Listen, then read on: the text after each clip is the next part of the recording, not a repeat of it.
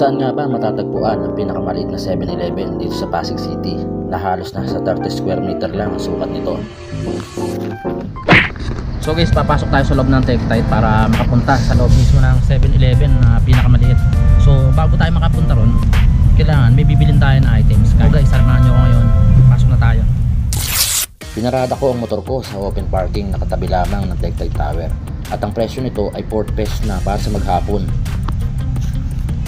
So guys, iniwan muna natin yung motor natin dito sa parking. Tapos maglakad na lang tayo. Agad na akong naglakad sa Exchange Road na kung saan ay dyan ako tayo papasok sa building ng Tektite Tower. At dyan din matatagpuan ang pinakamaliit na 7-Eleven. So guys, papasok na tayo.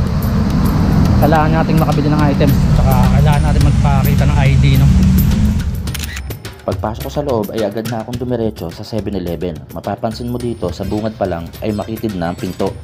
Ang pagitan ng mga shelves ay wala pang isang dipaang lapad, kaya sa sobrang sikip nito ay halos hindi na magkasya kapag nagsabay ng 3 tao sa loob.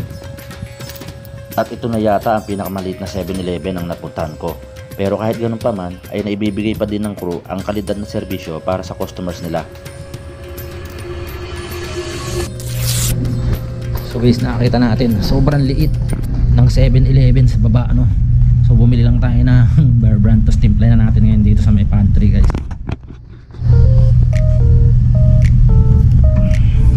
Agad ko na ngang tinimpla ang binili kong gatas para mabawi ko ang lakas na nawala sa akin sa maghapong tagtatrabaho.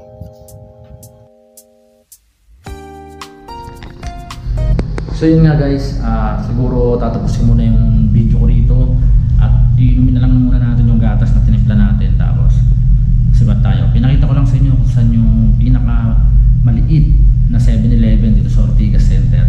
So marami pa tayong pupuntahan. Please don't forget to subscribe, like and share. Maraming salamat.